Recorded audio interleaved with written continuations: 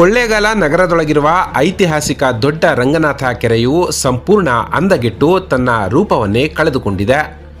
ಕಳೆದ ಸುಮಾರು 20 ವರ್ಷಗಳಿಂದಲೂ ಈ ಕೆರೆಯ ಅಭಿವೃದ್ಧಿ ಬಗ್ಗೆ ಯಾರೂ ಕೂಡ ಕ್ರಮ ಕೈಗೊಳ್ತಿಲ್ಲ. ಕೆರೆಯ ಅಭಿವೃದ್ಧಿ ವಿಚಾರ ಕೇವಲ ಮಾತುಗಳಿಗಷ್ಟೇ ಸೀಮಿತವಾಗಿರೋದು ದುರ್ದೈವದ ಸಂಗತಿಯಾಗಿದೆ. ಸುಮಾರು 25 ವರ್ಷಗಳ ಹಿಂದೆ ಈ ಐತಿಹಾಸಿಕ ದೊಡ್ಡ ರಂಗನಾಥನ ಕೆರೆ ಜನರಿಗೆ ಹಲವು ರೀತಿಯಲ್ಲಿ ಉಪಯೋಗವಾಗ್ತಿತ್ತು. ಇದರ ಸುತ್ತಮುತ್ತಲಿನ ಬಹಳಷ್ಟು ಜನರು ಈ ಕೆರೆಯ ಮೇಲೆ ಅವಲಂಬಿತರಾಗಿದ್ದರು. ಈ ಕೆರೆಯೂ ಸಹ ಅಷ್ಟೇ ಶುದ್ಧವಾಗಿ ಹರಿಯುತ್ತಿತ್ತು.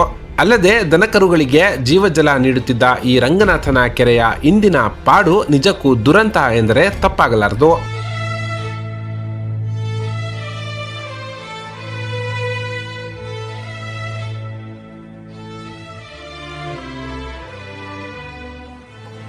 ಕೊಳ್ಳೇಗಾಲ ನಗರದ ತಾಲೂಕು ಕಚೇರಿಯ ಎದುರಿರುವ ಹೋಟೆಲ್ಗಳಿಗೆ ನಿತ್ಯ ಸಾವಿರಾರು ಜನರು ಊಟ ತಿಂಡಿ ಮಾಡಲು ಬರ್ತಾರೆ.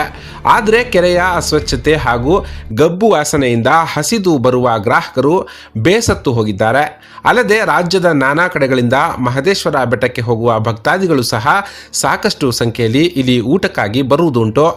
ಆದರೆ ಈ ಕೆರೆಯಿಂದ ಹೊರಸೂಸುವ ದುರ್ವಾಸನೆಯಿಂದಾಗಿ ಊರಿನ ಬಗ್ಗೆ ಹೊರಗಿನ ಜನರ ಮನಸ್ಸಿನಲ್ಲಿ ಯಾವ ರೀತಿಯ ಭಾವನೆ ಬರಬಹುದು ಎಂಬುದನ್ನು ಸಂಬಂಧಪಟ್ಟವರು ಆಲೋಚಿಸಬೇಕಿದೆ.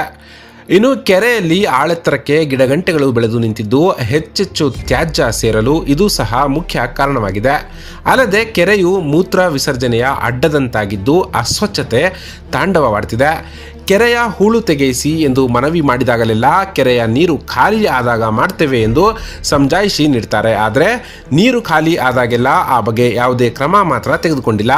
ಇನ್ನಾದರೂ ಸಂಬಂಧಪಟ್ಟ ಇಲಾಖೆಗಳು ಕನಿಷ್ಠ ಗಿಡಗಂಟೆಗಳನ್ನಾದರೂ ತೆರವು ಮಾಡಿಸಿ ಕೆರೆಯ ಸ್ವಚ್ಛತೆ ಕಾಪಾಡಿ ದುರ್ವಾಸನೆಯಿಂದ ಮುಕ್ತಿ ಕೊಡಬೇಕಿದೆ. ಈಗಾಗಲೇ ಸಾಂಕ್ರಾಮಿಕ ರೋಗಗಳಿಂದ ಬಳಲಿರುವ ಜನರಿಗೆ ಈ ಕೆರೆಯ ಅಸ್ವಚ್ಛತೆ ಇನ್ನಷ್ಟು ರೋಗ ರುಜಿನಗಳಿಗೆ ತಳ್ಳುವ ಮೊದಲೇ ಎಚ್ಚೆತ್ತುಕೊಳ್ಳಬೇಕಿದೆ.